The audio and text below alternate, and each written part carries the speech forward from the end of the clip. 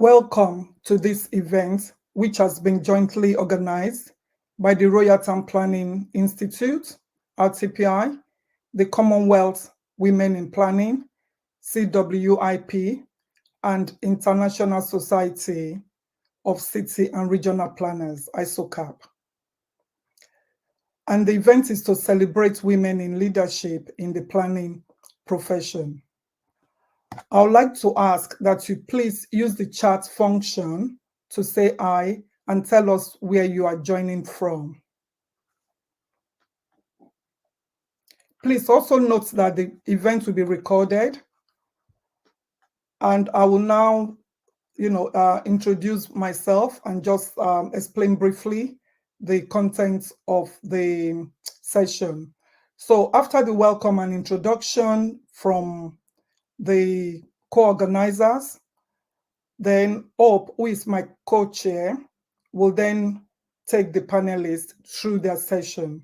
And I will come back on with to then put some further questions to the panelists. And they will take some questions from the audience and hopefully wrap up.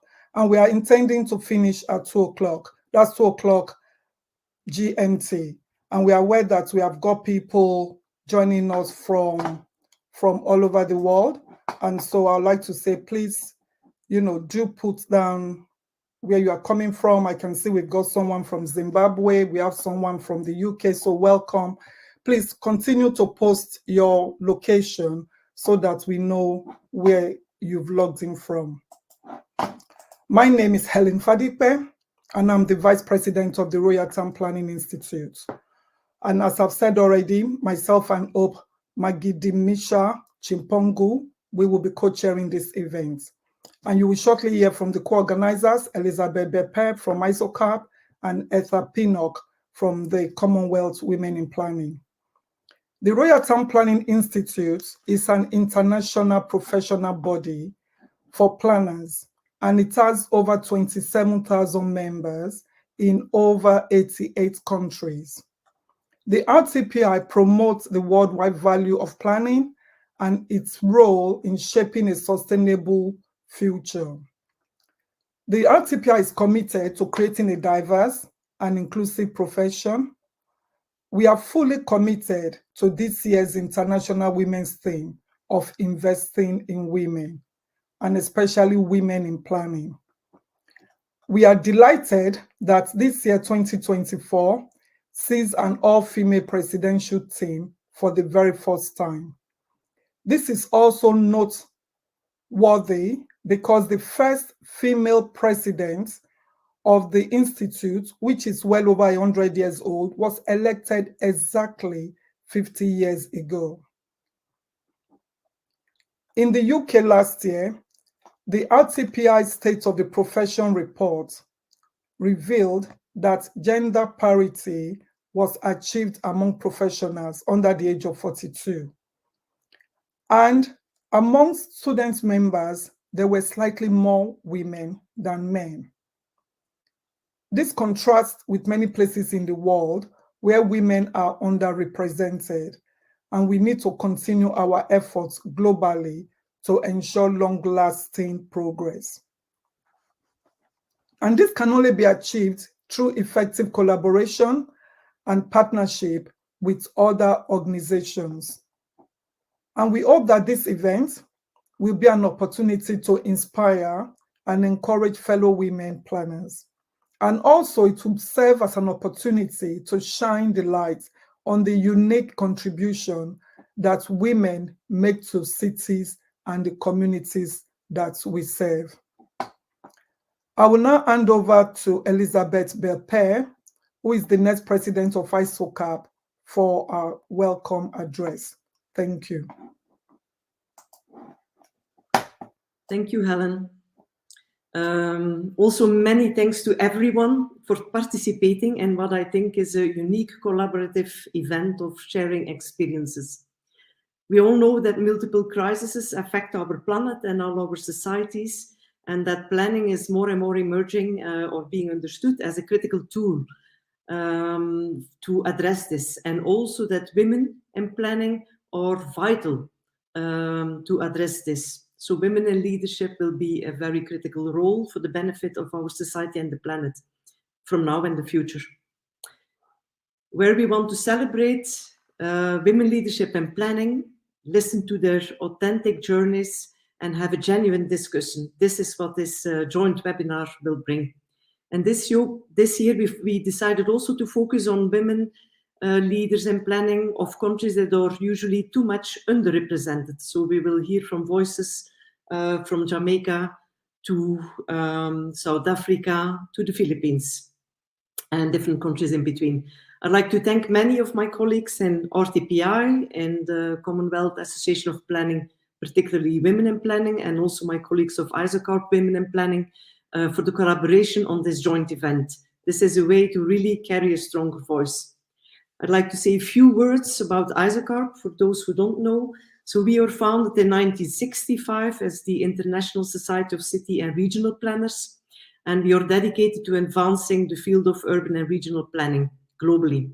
And at its core, we seek to connect, to support, and to empower a worldwide network of planning professionals, fostering knowledge exchange and innovative solutions, and continue to push the boundaries.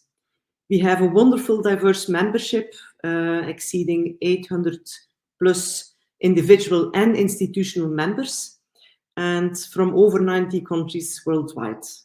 Some of our flagship activities include the annual World Planning Congress, and this year we celebrate the 60th World Planning Congress with major events in the Philippines on new regenerative cities, and an event in Siena where we will have the grand finale of our World Planning Congress. Furthermore, we have young planning professional workshops, urban planning advisory teams, publications and awards, cyber agoras, training, all to support professional development. Our Women in Planning Leadership Initiative is much younger. It's 3-4 years old, which I initiated, and we have birthed virtual components and also face-to-face meetings, for instance, in our World Planning Congress. So we recognize that women bring these unique perspectives and invaluable skills to the planning profession, and that the leadership is essential in creating sustainable and equitable cities. We encourage women planners of all stages in their career to seek leadership roles and to actively shape the future. And we also invite both women and men to support this. So welcome to all, and let's make a difference together. Thank you.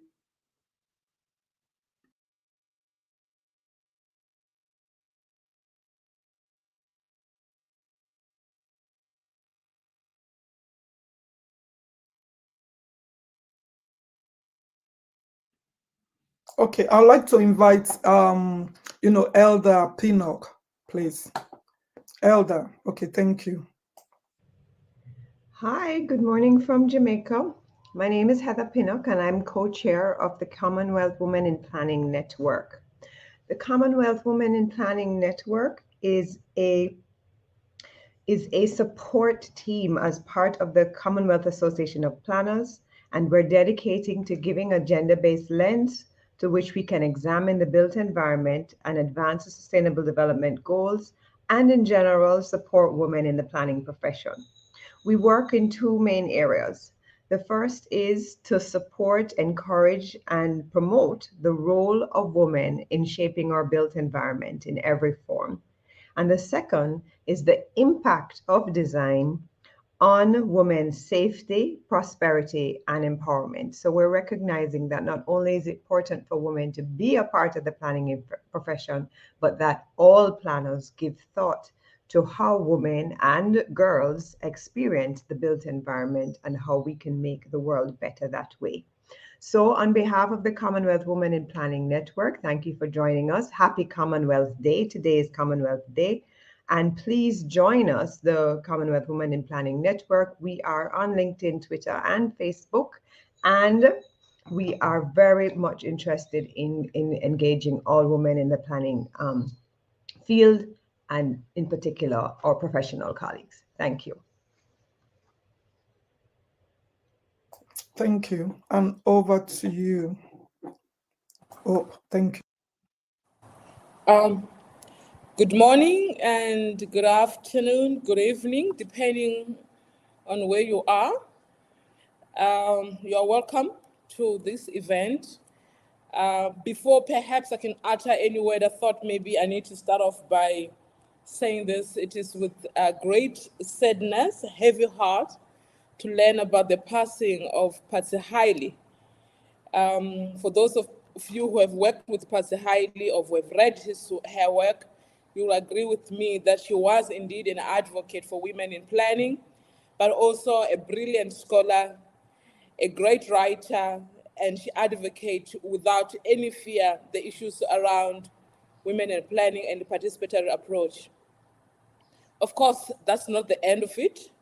We continue and we have to learn from her strength. We have to learn from all the things that she has contributed to the field and take that forward. Indeed, the heart of a giant has stopped beating, and may her soul rest in peace. Ladies and gentlemen, I'm greeting you from South Africa, Durban. Right now it's very hot here. My name is Hangwelani Hope Magidimisha. I will be your co-chair with Helena, as already introduced earlier on. You are actually attending a conference or an event organized by RTPI, ISOCARP, and Commonwealth Women in Commonwealth, sorry. So, and this is a safe platform for all the women. We've created a platform for women to actually assist us by sharing their experience from different parts of the world. And it is indeed our hope that at the end of this event, we are all able to tell and able to learn from our colleagues on how they're navigating the everyday life. This will include knowing to say when to say no, as a woman, when to say yes, when to say it's enough, and when to say I'm not able to do that. Among ourselves, we have amazing speakers from different countries. And our aim this afternoon, as per South African time, we aim to take you to different countries right away from where you are right now. We want to take you to different countries. Our first stop this afternoon is going to be in Jamaica, where we will meet with Heather Pinnock, who's currently a co-chair for Commonwealth Women in Planning. And of course, after Heather, we are traveling all the way to Kenya. That is going to be our next stop, where we'll hear from Beatrice Gutundi. She's currently a research associate in the International Center for Fragile Innovation. As soon as Heather finishes, we will travel all the way to the Philippines, where we will hear from Haida, Jacqueline, and Malube. And currently, she is the president and the founder for Planet. As soon as Haida finishes, we're going to hear from an urban and regional planning professor, Larissa Menesca, who's also a vice president of Planning Institute of Fortaleza City Hall in Brazil. As soon as she finishes, we leave in India, and this is where we are hoping our stop will end for today. And this is where we are going to hear from a director and co-founder of Studio Pod, known by the name of Mansi Sahun. Of course, as already mentioned earlier on, our presenters, they have about 7 minutes each, of which they are going to touch on critical points, including success and defining impact. How do they define impact and what are the areas of success? And of course, we expect them to also touch on how do we overcome the systematic challenges from wherever they are with their workspace and from different angles based on their scope of work. We also want to be engaging with all of you. So we are requesting that you keep our chat live by asking questions, putting comments, so that we can take this. So for a start, we will start with our first speaker, all the way from Jamaica. This will be Heather Pinnock. Over to you, Heather. Thank you. Thank you very much.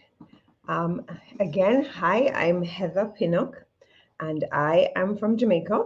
And I work in Jamaica and across the entire Caribbean region. I was originally trained in architecture. I studied architecture here in Jamaica at the Caribbean School of Architecture. And there I learned how to design buildings. And I didn't realize when I started that I am a planner by nature and also by profession and by training. And so in architecture school, I recognized that I wanted to go bigger. I wanted to understand more. I wanted to be able to have a bigger impact. And then I had the opportunity to go and study planning as my master's program. And I studied planning in London, and just living in London is a master's in urban design, if you ask me. And so I had the awesome experience of studying planning and development in London.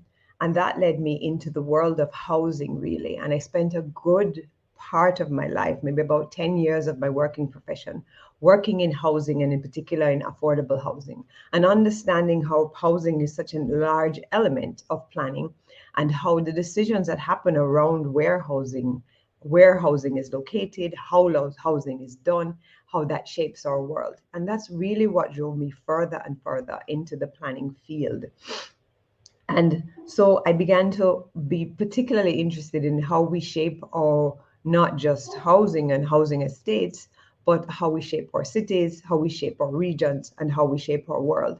And that's really, to me, the joy of being a planner, is the ability to shape the world. And I think that is an awesome responsibility. And I think it's a responsibility that simply must include women.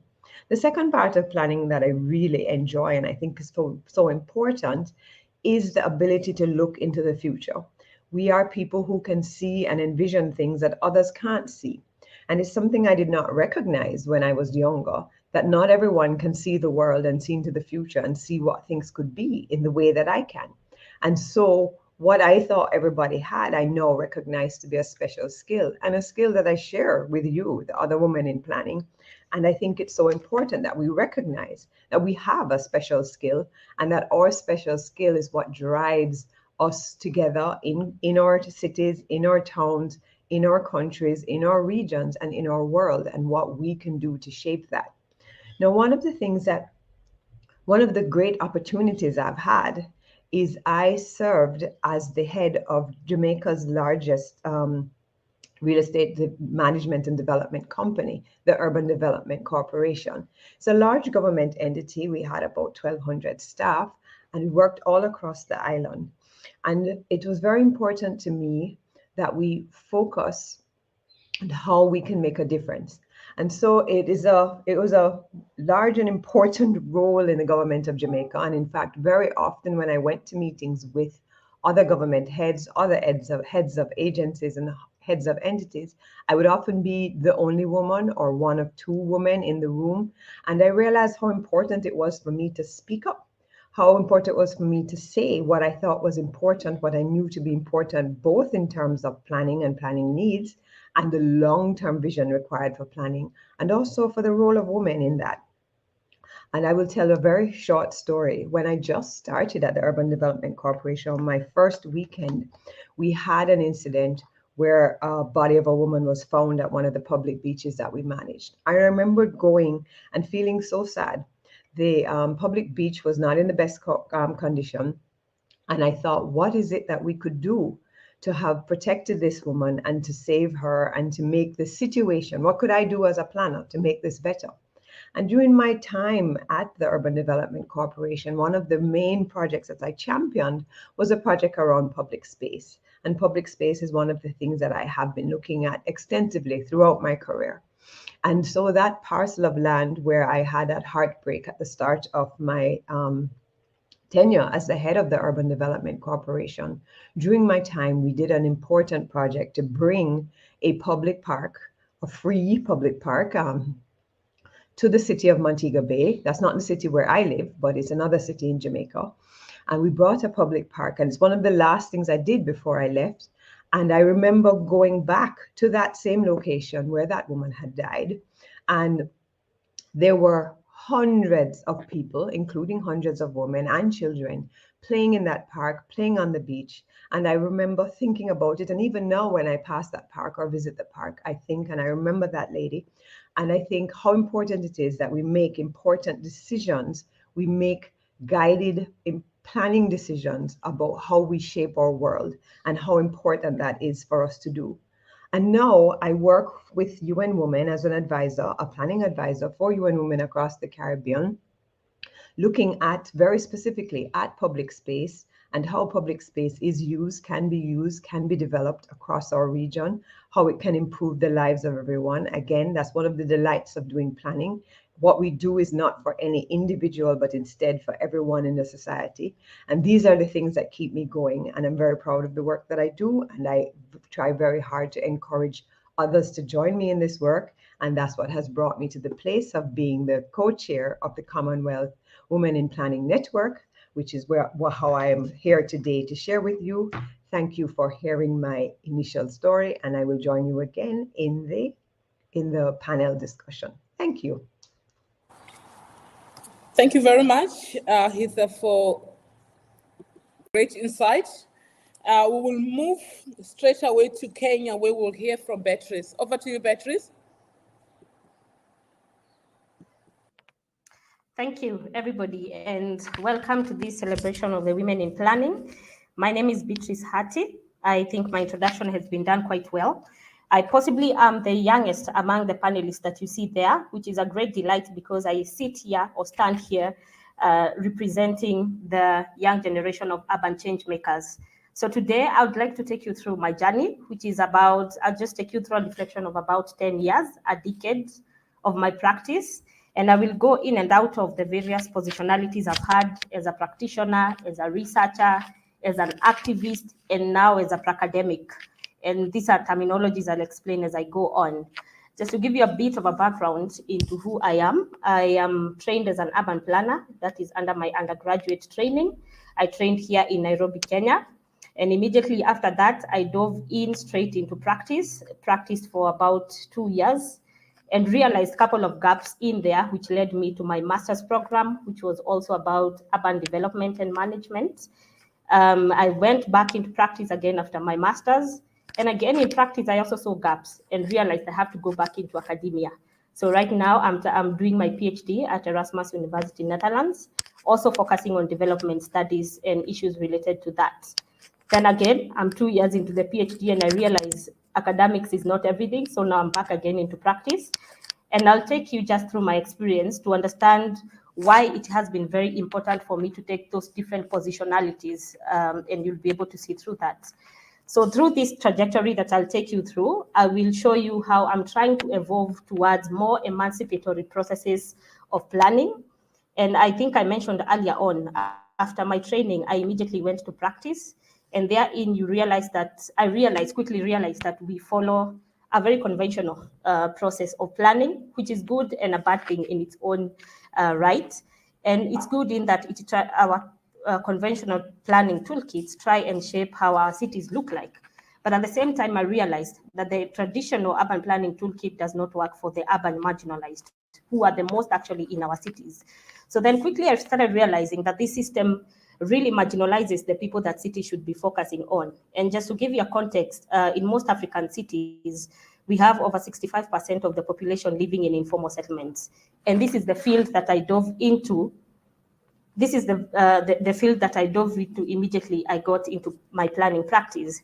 And I realized, take for example, if you look at the transportation standards, you are required to put in not less than 12 meters access road into neighborhood settlements, which was completely impractical for informal settlements. You go again to amenities, you realize that you need about 1.2 hectares or 3.5 hectares for a primary school and a secondary school respectively. And this could not work. So immediately I started looking at alternative options, and I found myself going into disruptive planning, which is the second phase that you see there. And in disruptive planning, I was trying to look at what alternative mechanisms can work for the cities most marginalized. And quickly there you realize that informal settlements have most times being alienated or being put at the sidelines of planning. So informal urbanism is not a common trajectory, a common practice that we accept in our cities. And so in this era, it was really a phase of doing advocacy and saying that we need to understand our African cities better. Is informal urbanism bad in its own right, or is it something that we can try to embed in our cities? And from that, of course, I will give some examples on how this thinking was successful, but I've then evolved into what I call liberatory planning, trying to look beyond the immediate problem and trying to look at how to change systems, because systems have not looked at these dire issues that we are seeing today. So if I may just draw back to one of the examples that I mentioned earlier, we said that informal settlements had been alienated in our traditional planning practice. And the beauty about having a feminist approach or being a woman in planning is that I quickly realized that through a critical lens, we need to think of the toolkits that we are using for planning. And I do not take full credit for all this thinking. There are a couple of other planners involved and other women involved in this process. And this you see here is the planning process of one of the biggest informal settlements in Kenya. And here the advocacy bit was to try and argue that informal settlements also need to be in the city. The people who live in these settlements are part of the city and they need to be included in that process.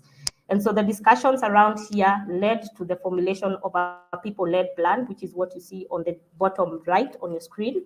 And this was a fully participatory process and trying to put informal settlements on the map, but not only on the map, but also on the discussion tables in boardrooms of policymakers. Another example was trying to think about resilience in cities. And this is something that I took up later in my profession. And at this point, I was leading the urban program department in the institution that I work in, which is the International Center for Frugal Innovations. And here we're trying to understand how can we better deal with the underlying issues that limit the inclusion of marginalized groups in our cities. So here we are tackling quite a number of different things, looking at the systems, how the policy system is set up, how the frameworks guiding planning are set up, and what we can do to actually implement and do planning that is supporting planning in African cities. And in this sense, I would like to draw your attention to what you see on the screen, which is a publication that we did last year, trying to discuss all the issues that are limiting planning from a feminist perspective or from a feminist approach. As I come to an end, I think my reflection to what you see on the screen was the fact that while we see a lot of limitations in terms of what a woman would see in planning that is not being implemented, I realize there are lots of lessons that are going in between offices, going through doors, but they're not getting to the public realm. So for example, today I just shared with you my experience coming from conventional planning to disruptive planning to liberative planning, but we do not get enough platforms to share that, to share the narratives. So last year, together with a few friends of mine, we set up a new initiative called the Urban Amplified. And what you see here on the screen is basically conversations putting the marginalized groups on a public realm to be able to share their story. And in this sense, the marginalized groups also involve women in planning. So this is just one of the bits, one of the things that we are trying to think about. And as I was sharing my story, I thought the best way to end this conversation was by posing a challenge to you today as the listener. Based on the different positionalities that you are in today, whether you're a student, whether you're a director of an organization, whatever position that you're in, do you think that you can actually inspire and motivate an impactful and meaningful urban practice? So looking at that scale, I wish to challenge you to think, are you on the further left or the further right of that scale? I wish to stop there and thank you for listening. Thank you very much, Beatrice. That was also insightful. We are on our way to Philippines. Heidi, over to you. Thank you, Hope. I met you in Toronto. Thank you so much. I extend my deepest gratitude to the esteemed women planning leaders from various parts of the world, and special thanks to President-elect Elisabeth Belpaire, who invited me to join this remarkable group of women, movers and change makers, and share my voice from the Global South. Today, I will relate two stories, one from my own journey and another from a tribal leader of our indigenous peoples. I am a planner from the Philippines, and despite my current age, which is in the 50s, I consider myself a young planner. Why? Because planning is my fourth life. In my grade school graduation, our speaker, a lady from the sciences, exhorted us to never stop learning, and I heeded the wise counsel. Beginning as a public servant straight out of college, I pursued a master's with a partial study grant, followed by doctorate while working. Transitioning to the corporate world in public affairs, I retired early with the birth of our fifth child, aligning with a mutual marital decision. One flag here. In my third life, we put up our company that went into socialized housing for the low income bracket. Because I was getting into it as a communication specialist, I endeavored to learn about planning, enrolled for my second PhD in urban and regional planning, and completed all the core courses.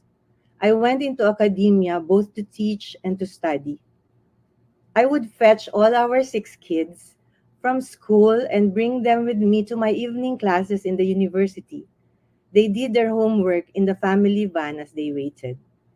Obtaining my planner's license at 49 in the Philippines, urban planners are licensed as environmental planners. When our fifth and sixth child were 15 and 14 respectively, that's when I got my license. I founded my firm Planet with a double N and pun intended. Planet meaning Earth, symbolizing the essence of our profession as good stewards of it, and Planet as planning network, a mesh and matrix of specialists I am trying to grow, widen, and deepen. Barely a decade, I somehow just came out of hiatus.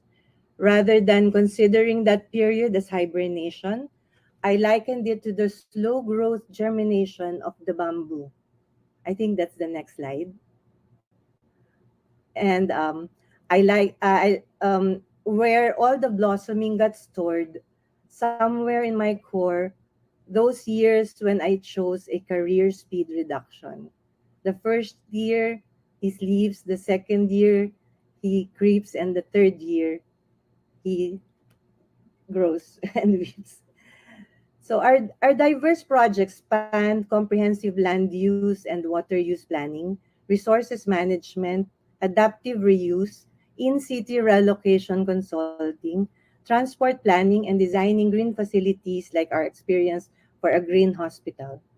Now comes my second story from a planning project where I had a profound encounter with Nana Rosalinda. Next slide, please. Yes, thank you.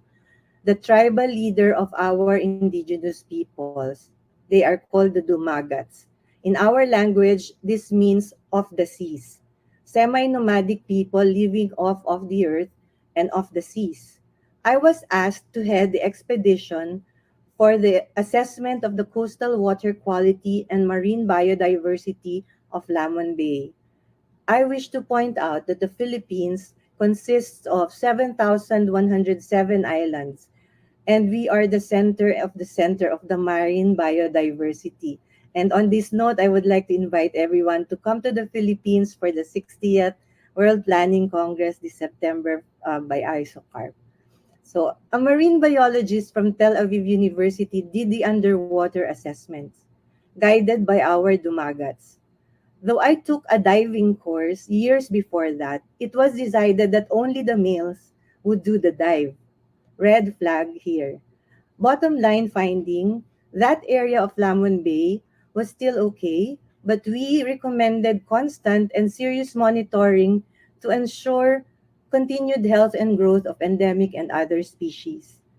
While our marine biologist went for his dive, I and my other team members managed the steep slopes of the hills of 𝐶𝐽. The younger members of the team went ahead to check on the Robusta coffee planted by the Dumagats in the highlands. The government department instructed them to do so. However, no post-harvest support was given.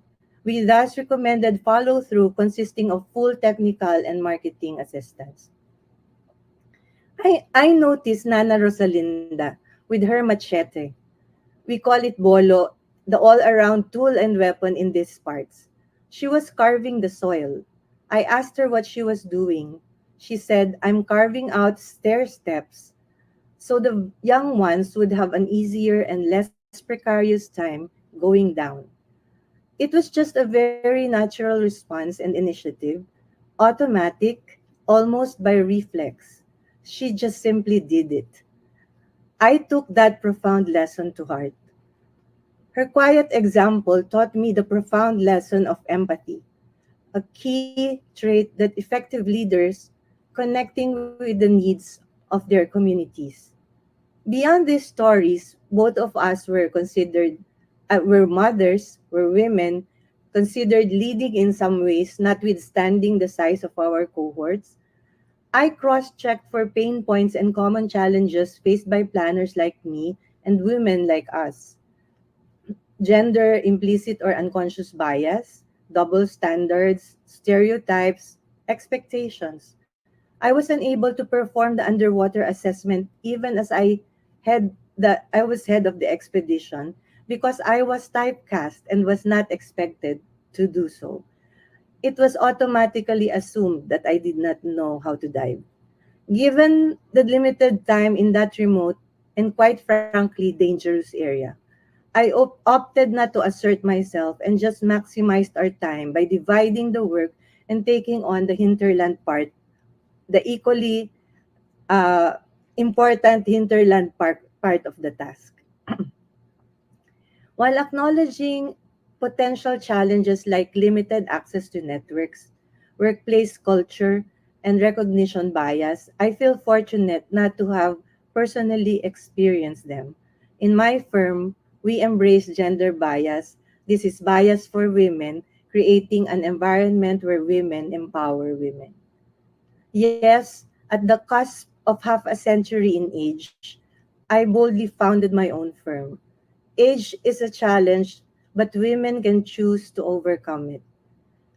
Family demands can likewise be challenging, but women can opt to simulcast. It is never easy, but it can be done. In planning leadership, I believe the key is making wise choices, being brave, standing for what is right, fostering positive initiatives, and constantly leading by example, not in a vociferous manner, but to be like Nana Rosalinda and simply carve a path that will make the world better than how we came into it. Maraming salamat po sa pagkakataon. Thank you very much for your time. Thank you very much, Heidi. That was very informative. Hello, everyone. You've crash landed in Mumbai. I want to just thank everybody for having me become part of this conversation and share my journey and about my little practice in India. So I think about my journey, there's this one quote that I always believe in. What is the city but its people? And that's where the name of my organization also comes. Studio Pod, POD stands for People Oriented Design. And my name is Mansi Sahu, and I'm from Mumbai. I've grown up here. I was not born here, Mumbai, India. I was born in another city. And I have 16 years of practice as an architect, as an urban designer, landscape urbanist, and also planner. So I think, but most importantly, as a woman growing up in a very important part of, the 35 years, 38 years of age that I have. My country is, 75 years since we got our freedom. So it's a very important time, and a lot of conversation about development is happening in our country today. I grew up in Mumbai in the 80s. I was a very chubby girl, very different from a lot of normal, if you would say. I was considered abnormal, but I had a lot of athletic spirit, so I used to play a lot of badminton. And I think that was my first lesson as a kid. I think I realized that my build my physical build had nothing to do with my stamina, with how I could play badminton. That was the game I used to play. And I also realized that often a lot of my opponents misjudged my game because they thought I would not be able to cover the court. But I was very good at my game, and I think that made me a person that does not give up very easily. By the age of 18, I also had parents who loved to travel. So I think they exposed me to a lot of different cultures, a lot of different countries throughout the world, to a lot of different cuisine, and to the nuances of different neighborhoods, cities. And I think that's what made me pursue architecture personally. And yeah, here in India, after doing architecture for 5 years, my first job as an architect was to build toilets. So I had to build almost 110 toilets for a campus. And it wasn't the most glamorous first project that someone would get. But I think it also made me realize that while I was building 110 toilets for the campus, within the construction, marked area, we only had the toilets for male engineers and supervisors, and there were the female toilets that was combined for everyone, because there was such less female engineers on site. And I think it was an irony, because every time I would build a toilet, I would actually have to hold my pee till lunch to get a decent toilet to relieve myself. And I think that's something that made me realize that we are still in a very male dominated field in India and globally. And I went back and I spoke to my mother. My mother was one of the first lady engineers for electrical engineers for Indian Railways. And she told me that for 35 years, she was struggling in a male dominated system. And she thought it would have gotten better by my time, but it's still not better. And I think that's what made me realize that more than an architect, I want to work on these really underlying issues of inequality, of planning, that don't really consider the 50% of the population that is often silenced by things that have been happening over the years. So I actually went to do my master's in Columbia University in New York. I studied urban design in one of the craziest, most happening cities in the world, and it taught me so much. It also taught me of so many mistakes that planning wise globally have happened, and that my country was often just replicating because I don't know, because we have a problem of copying and pasting things from the world directly into our context without really realizing its impact. And my first job after New York was in Accra, where I was very nervous because I thought Africa and India are very different contexts, and I thought I will not understand and I'll be the odd person out. But oddly, I actually related the most to the women in the communities. I was working with the community in Accra, in Korlegono, and I realized that the women were more open towards talking to me when we did community engagements. I was having the most fun with the neighborhood women. I actually got my hair braided and had so much fun. And I realized that it was so simple to relate to each other as human beings and just talk about some basic issues that are still not addressed, like having they did not have the right vehicles when someone was pregnant and they needed to be taken to the hospital. They did not have creches for children. They wanted skill training. They wanted jobs. They wanted so many things that are globally the same. And that actually made me realize that I really wanted to work back in my country and make sure that whatever I have learned through my, my master's, my work. So I came back to India in 2013. I co-founded an urban design and urban planning practice in India called Studio Pod. And it's been 10 years since we started. And today we have more than 50 projects. We just finished a streetscape in India, which is my favorite place in the world, because whenever I go there in the evening, I see dignified spaces for women and children. At 7 p.m., children are just smiling and laughing and playing, and it's a safe public space that does not really exclude people based on gender or the economic status of a person. Now, when we started StudioPod, I was unmarried, and talking about traditional barriers in India, we've always had master strokes and master planners, single architects who have built cities. And today, the conversation is very different. It's about having dialogues. It's about including everybody. And yet, I had two male partners, and often clients always saw me as, the unmarried woman partner that would probably peel off after she has a baby or after she got married, and this is something that I've often faced. A lot of the times, men are not used to talking to women in my country, so they don't know how to talk to women. So they often look at my partners when they are addressing important issues, because they feel like they will understand it more.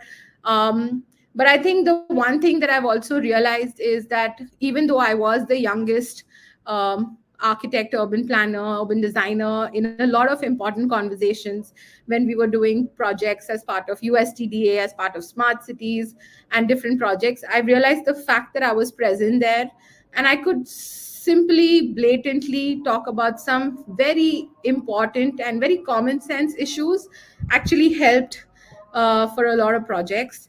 So I really think that urban planning and urban design is about dialogue, is about observation, is about making these smaller changes.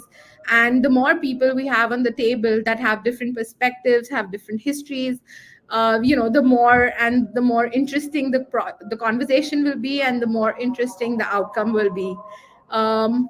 So I think going back to that chubby kid, sometimes even today when I enter a boardroom or an important conversation, I see sometimes very bullyish men who have this macho presence, and I think that that little girl comes back to life, and something inside me says it's okay, just fight it out, and you're doing the right thing, and that's what helps me come back and keep working. So I guess that's my journey. So my only 2 cents would be that just show up every day, even if you have to go back, take a good cry, come back, because your presence will make all the difference. Thank you very much, Mansi, and that was also very informative. I think we have to take our flight back to Brazil. We have to check if, yes. Let's try. Is it working now? Yes, perfect. Properly. Great.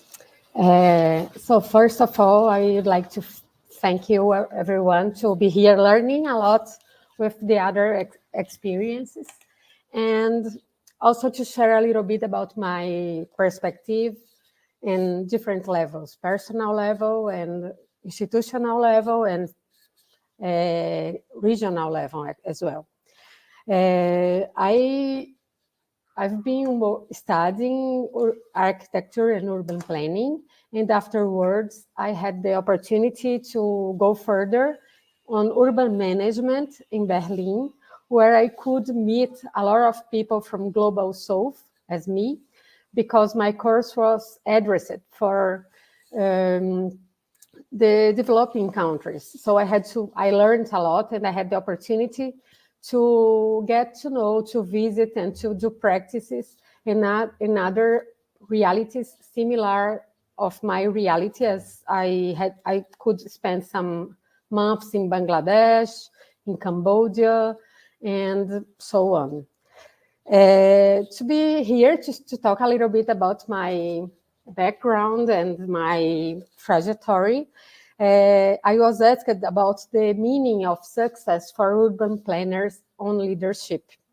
And I was wondering, thinking about it, how to share and even creating new perspectives on that, because we are not asking ourselves every day about what is our role in this leadership process.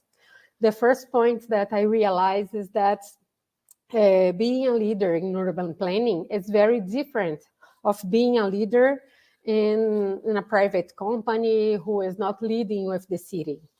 In our case, our decision-making process impacts the city.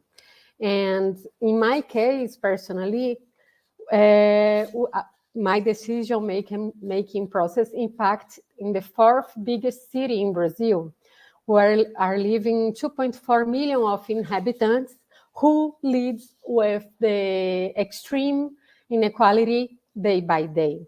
So we have a huge challenge as my colleagues as well. And another point is that to be in urban planning, as some of you already could share here, is not a solitary activity and shouldn't be. We cannot do it as a process alone. And how to define this success of leadership on urban planning? I would say that it is connected to continuous learning, and that when we can promote orchestration of shared, innovative, and data-based management. So we cannot do anything alone, not as a person, not as architects and urban planners. We have to talk with other experts, with the local community, and we can define the steps for the urban development together. And we need to use co-creation processes. And also we have to be focused on promoting a more diverse and unequal world and cities. In the global south, I would say that our challenges are even bigger. We usually are leading with those scenarios of scarcity of resources. Then we have to balance to look for the development, but also to try to keep the sustainable social and economical and environmental aspects, while we still have to identify strategic opportunities to break biased scenarios and promote collective progress. The impact of this management can be measured not only through traditional metrics, but also through the change of behavior. And then the success is going to be measured if we really got to bring cities more inclusive with more long-term results. Another point that I'd like to share is to talk about the overcoming systemic challenges. I have to share a bit more of my personal experience than my first opportunities at leadership as an urban planner were not spontaneous. They were resulted from the selection process that allowed me to get strategic positions in shaping urban policies and participatory processes for the city, besides improving my own experiences. I just broke my glasses. The selection process for defining senior positions in the public sector are highly democratic and provide an excellent opportunity to improve management.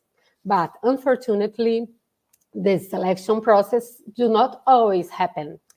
This is when the challenge for recognition becomes even more remarkable. What helped me to be more recognized and to generate new opportunities was when I understood that I didn't just need to do the work, but I also had to be able to communicate what was done and its impacts through synthetic reports of results, even if not required, using infographics and simple visual language so it can be learned at a glance. This kind of action brought me new opportunities. To talk about another level, my institutional level, I am working at the Planning Institute of Fortaleza City Hall, where I am currently the vice president. I would like to share that we have 100% of the directors that are women. So we do have an intentional action to empower women at the public sector at the planning processes. Our work there is based on 3 axes, which is planning and project, data and evidence, and governance, and working as a hub of international development agendas like Sustainable Development Goals and New Urban Agenda. In these 3 axes, we are trying transversally to be innovative, to be able to optimize the scarce resources and achieve our 2 main goals: inequalities reduction and sustainable urban transformation. Thank you. Thank you very much for your input. It was indeed insightful. I think we have heard from our great speakers. I will now hand over to my colleague, my co-chair, Helen. I think it's over to you now for facilitation. Thank you very much. Thank you very, very much. That was very inspiring. And I think that is one of the shortest trip around the world that I've ever done. And it was great hearing all these stories from these women. We are running slightly behind schedule, but hopefully we should be able to catch up. And so without further ado, I would like to pose a couple of questions to our distinguished all female-led panelists. It's very, very inspiring to see these women at the top of their game, and they've made immense contribution to planning in their areas. So the first question I've got, and this is to all panelists, and it will be quite useful if the panelists answer in the same order in which they were to present. I know that we had Manse going before Larissa. However, for this session, can we just keep to the first order? I don't think there is any place for me to see if your hand is up or not. And if you don't have anything to add to that question, you could just say pass, but just say something. All right. So the first question is to everyone on the panel. And I would like you to respond in turn, 2 minutes each. And so the first question is this: what novel narratives and practices does women leadership add to contemporary planning and development of cities? And what small change / perspective have you brought to the table as a woman? Okay, and if you don't mind just giving one example of successful intervention. Thank you. Okay, I'll go first. I think I'm next. So I do think it, as I have said before, I do think it is so important for women to be at the table, because a lot of our world, in fact, most of our world was designed for able-bodied men. And so there are many things in how our cities are designed, how our planning is happening, how our policies are designed, that are really focus and lean towards and start from a root of what is it that men would need. And that's everything from where the buttons are to how high the sidewalks are. Everything is just based on what men do. And I have really had the pleasure of working with a project called Her City. It's a UN Habitat toolbox.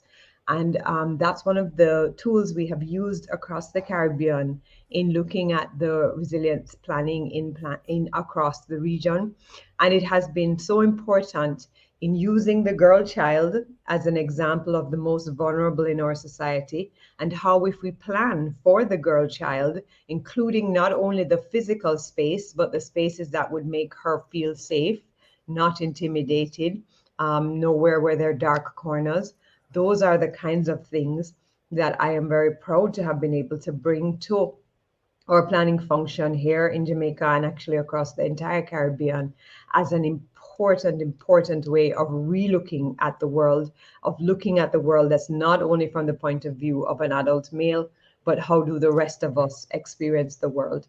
And just to say that by planning for the girl child, we also are able to plan for the most vulnerable in our communities. And I think it is most important that everyone, and we as planners, recognize that the work that we do and it changes how everyone experiences the world. It really is such a powerful profession, and it behooves us to make sure that we consider everyone. Thank you very much. So the next person is Beatrice. Yes, sure. If I can go, I think one of the critical things that I see women bringing to the table is critical analysis, being able to see things that other people will not be able to see. And for me, it goes beyond critical analysis. You may see a gap, you may see something that does not work, but what do you do about it? Seeing is not enough. So then what I see women bringing on the table is that the ability to get disturbed by something that does not work, but then the ability to also bring an action to help that being disturbed. And one of the examples that I think when I reflect back into my practice, there is, of course, one example that I shared in my presentation of the planning for an informal settlement. And the planning for that informal settlement took what we call an alternative approach. An alternative approach because the conventional standards, the conventional mechanism of planning for informal settlements was not working. All the standards that were being provided for infrastructure, for water, were not working. And of course, if you go by the conventional standards, then it means that you eventually kick everybody out of that settlement and you provide all that infrastructure that you need. So I think I pride really myself in that, engaging in that process to really advocate with the decision makers that the toolkits that we have do not work for marginalized communities. And actually, that's really a concept that is really embedded in feminism thinking, that you can be able to see who is really marginalized in the context that you're leading or in the context that you're working, and how do you bring on mechanisms to onboard those people or to include the marginalized groups in a more equitable development. So I think the definition of alternative standards for informal settlements, which were now used in one settlement called Mukuru in 2017, going all the way to 2020, was really something I would consider a success factor. And even better to see that that strategy has been replicated now in other two informal settlements in Nairobi now. So I feel that is really one of the success factors I would really like to draw on. Over to you, Helen. Okay, thank you for that. And I would like to call on Eddie to bring our own perspective. Thank you. Okay, thank you. Is my audio okay? Yes, okay. Yes, it's okay. In the Philippines, we have the Department of Housing and Human Settlements and Urban Development. It is really a male-dominated department. And this is the department that approves our, what we call here, the comprehensive land use and water use plans for a certain local government unit. So I headed a team that that undertook this planning process, and it's a long process because it's participatory. And what happened there was, although there's a guideline, there are like a 12-volume manual to do that in this country.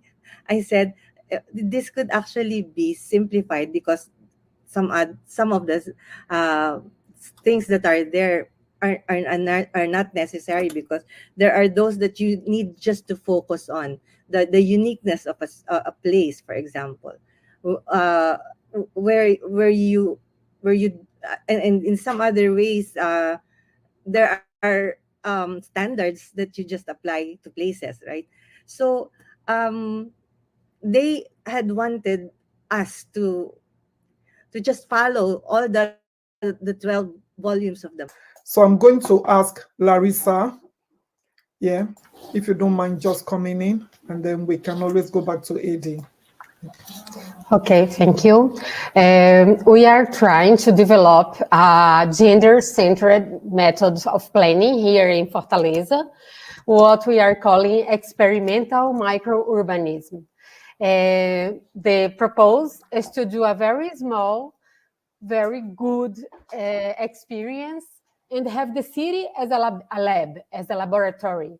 Because usually we say that we are trying to plan with data-based information, but in the urban subject, it's not so fast to have the results to be able to analyze and to reorientize the planning process. In this way, in this sense, we started to do very small experiences that are people-centered, actually women and kids and elderly-centered, that we can use very innovative approaches of urban interventions and environmental interventions, such as nature-based solution, that we are still not experienced enough to bring to the whole city, but for a small area, we can do that. And we are co-creating this process and measuring before, during, and after the experiment.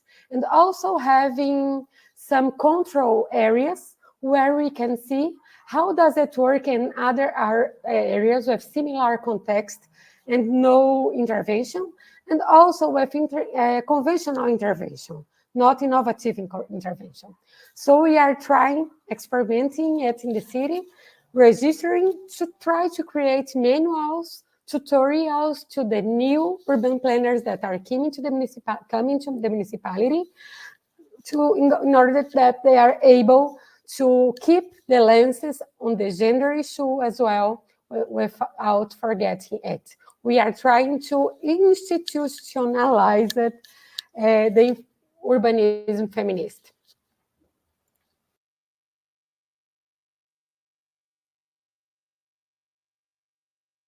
You're muted, Helen.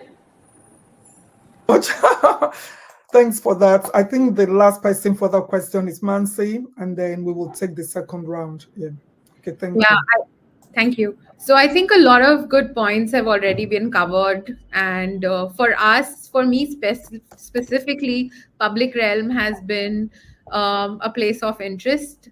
Streets, parks, how do we make those spaces very inclusive and open for everyone, including women and children?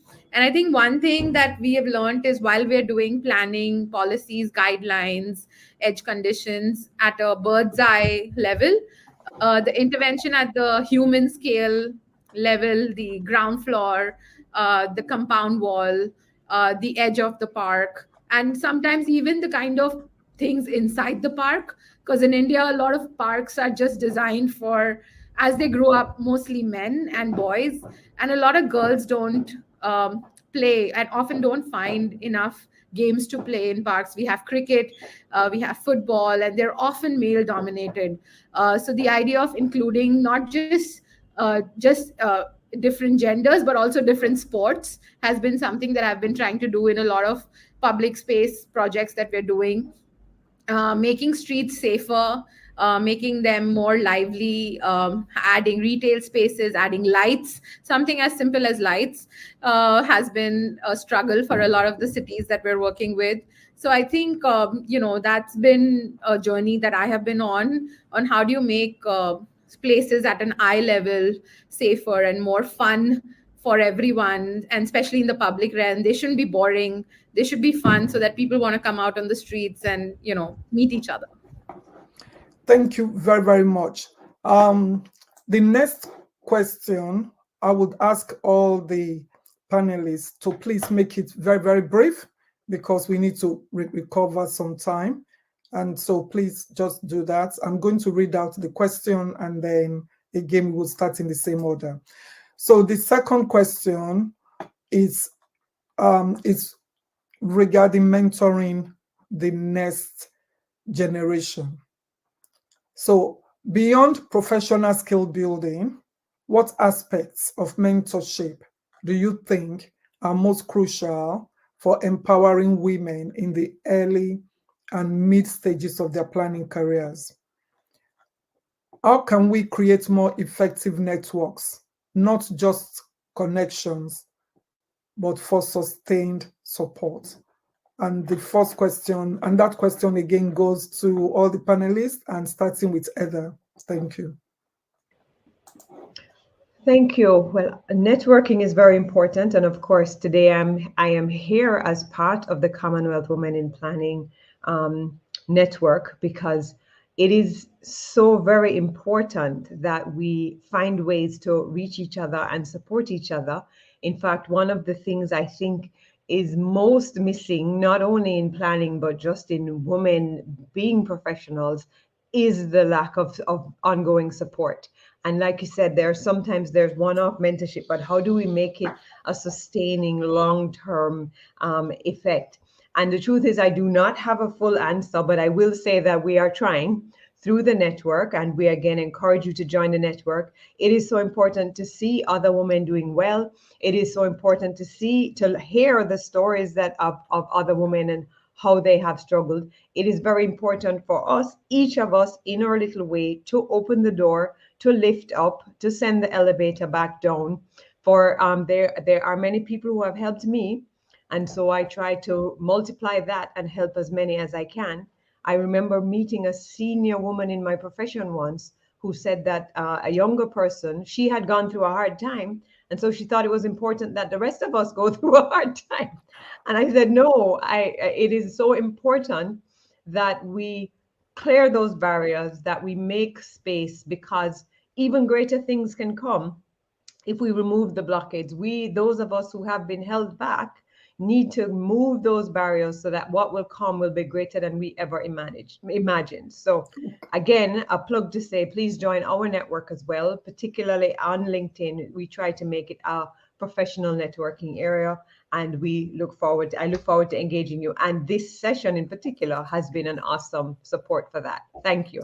Thank you very much. I'll just plead with all the rest of the panelists, keep it to less than 1 minute, please, because we need to take questions from the audience. So the next speaker, by now, it should be Beatrice. Please just keep it very succinct and brief. Thank you. Sure, thanks. Picking up from what Heather said, that we need to clear boundaries, we need to clear blocks that are there for other women in planning. I think for me, based on my experience, I hit lots of blocks before I got to where I am right now. Sometimes I would ask for opportunities, I would ask for guidance from women who have already made it in the practice, but I could not get that assistance. So I think sometimes we need to avoid romanticizing the community around women. And I think through my practice, that is what now I'm trying to change. I could not get that assistance. And so, as I mentioned, last year we started the Urban Amplified. And the role of that Urban Amplified is to ensure that mentorship starts by listening. Any effective mentorship starts by listening. What are women going through? What is their experience? What hurdles are they facing? And then from there, that's when you build the connection, the networks that you need. So I think I would say it all starts by listening. Let's create a platform for women to share their experiences. Thank you very, very much for that. And AD, thank you. Okay, I hope this works now. Okay, I will cite two examples. One was when I did our consulting firm was consulted for a comprehensive land use planning process, and I told the local government unit that I do not want a second consultancy with them, because we will be doing hand-holding, mentoring, and so the next time it should be their own group that will be implementing these planning processes that we will mentor them with. And fortunately, I think they were able to get everything, and so now they are doing it on their own. So it was an effective mentoring, and most of them are female planners. So the second one is from my very own family. Like I mentioned earlier, that I bring my kids to the university with me, and maybe my second daughter, who is also now in architecture and in urban planning, was effectively mentored by their mom, because she's now in the same field and doing well in it. So that's my answer. Thank you.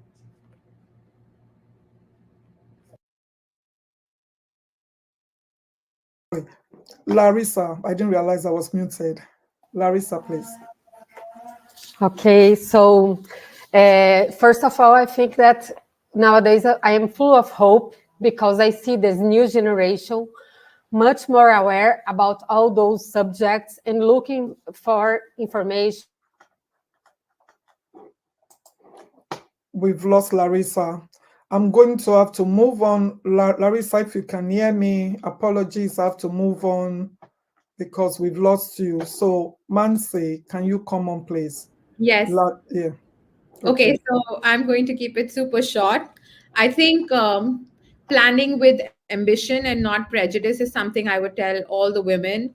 just redefine everything. Don't take anything for granted if you have the power to do so, and be kind to each other, because at the end of the day, that matters the most, to help, and everybody's covered most of the things.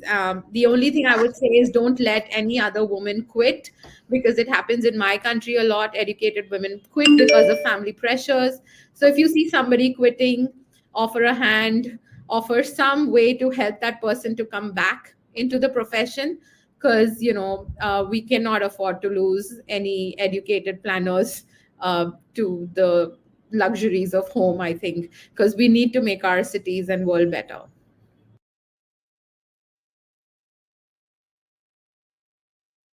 I think you're muted, Helen. I was just saying that, thank you for that. And I'm going to hand over to Coach. Please stay on the platform because we've got some questions from the audience.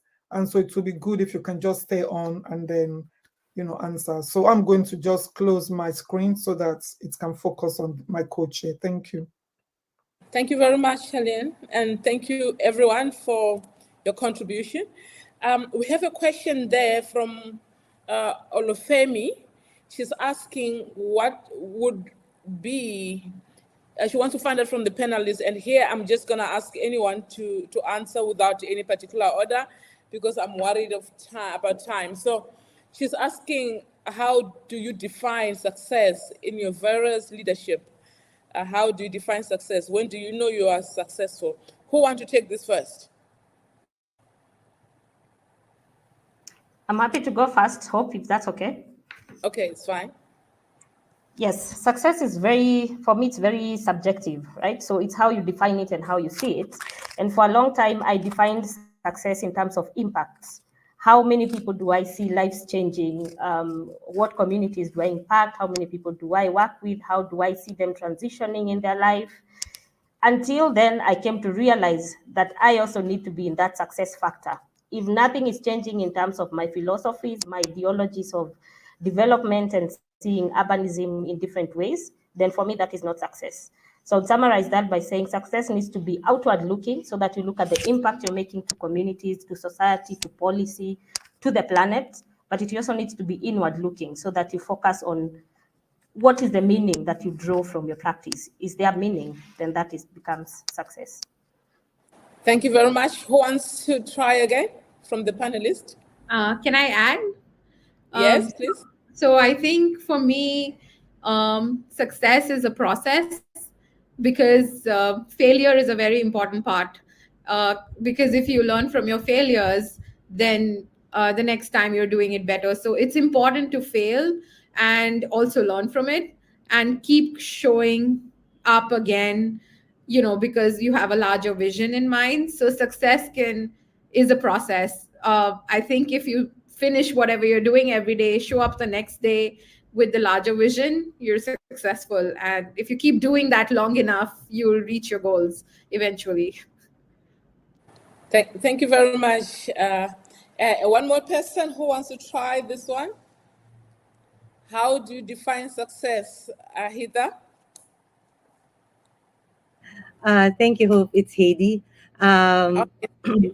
Yeah, I didn't get to finish earlier, and it is also related to this question. So like I said, we are able to simplify the 12-volume manual process into the processes that we implemented as participatory, and eventually the institution approved the ones that we came up with. And so I think that's a successful endeavor that we were able to come up with. I think it was Mansi who said that like these 12-volume manuals really just encourage copy pasting, and that is not the way to do it.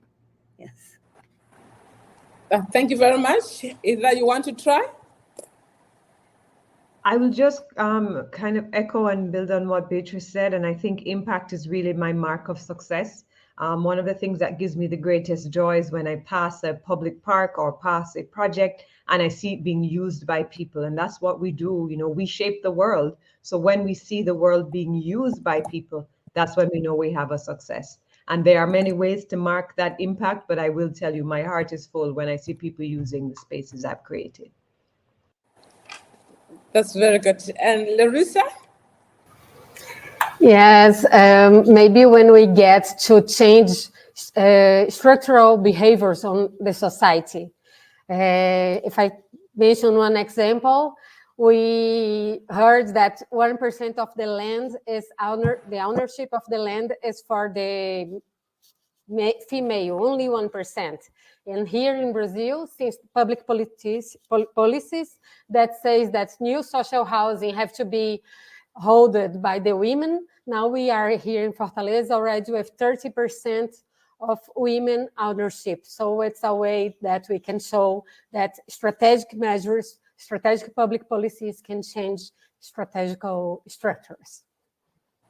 Thank you very much, ladies, for all your contribution. Did I miss any questions here? Let me just check. It's so surprising hearing about the negative experience of the panelists regarding their interaction with the other female. And okay, so to the case. So I think there's a comment there. I don't know whether Beatrice you want to give a reaction to that, but we need to go towards the closing so that we can summarize. Just a quick reaction in less than a minute. If you want to react on that comment about the experience with other female planners, and then we can move to the next item. Thank you very much. Just in a minute, less than a minute or so. Sure. I think the comment also makes reflection to something I said earlier, that we should not romanticize the women community that we keep talking about. There are instances where you actually reach out to women and they don't offer you any support. And I have one particular instance. I think I was trying to figure out my way into the conventional way of planning. And I talked to a very senior planner who is also a woman. And so I was motivated to talk to them because they are way advanced in the field. They have experienced quite a number of prejudices and marginalization. So I expected support from them. But, well, they told me that, of course, you have to give it time. I'm much older in the practice, so just respect the older people in the profession, and you'll get there when you get there. So for me, it didn't feel like any form of support, right? That if you have journeyed that journey, you should be able to really guide someone into a way that they should be able to follow and what to avoid and what to take up. So definitely, according to Fumi's comment, it is truly something that we need to take up as women, that you must support. I think it's also a commitment that we should take as a responsibility, that we must support women who are in our network. It's not a privilege. So we need to take it as a commitment.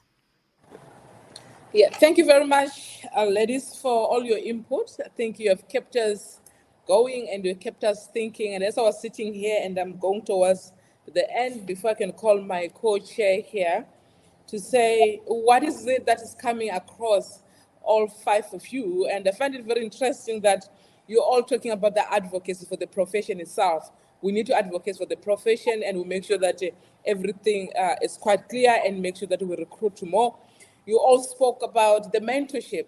We need mentorship in this space to make sure that we bring or groom the young generation of planners coming after us. And I could sense across five of you the go-getter spirit when you say, I was the only one, and this is what I have to do. And you keep pushing and keep pushing. And I think that's the most important thing that I want to flag, that the resilience in you guys. When things feels like they're falling apart, you come back and hold on and said, no, I'm not going to give up. And I think that is very key, the examples that you give, the lived experience that you have shared. You talk about listening. It's very important to listen to one another so that you can able to relate the experience, to able to relate how other people are feeling. You also talk about the impact, that we cannot just be women planners. Let's bring some impact on the table. What is our contribution? If we are to die tomorrow, how are we going to be remembered? You also touched on that in a various way. And I like this last question that you were all trying to answer about the success, which you also obviously link it to the impact. So my parting shot to say, I think this was a very amazing session, Helen, and thank you very much for the organizers from all the three institutions. And I think they've done exceptionally well, creating the platform for women to share their ideology, to share their experiences. This was very amazing. And this is just the start of many, and we should have many of this more, not just on Women's Day, but or Women's Month as such.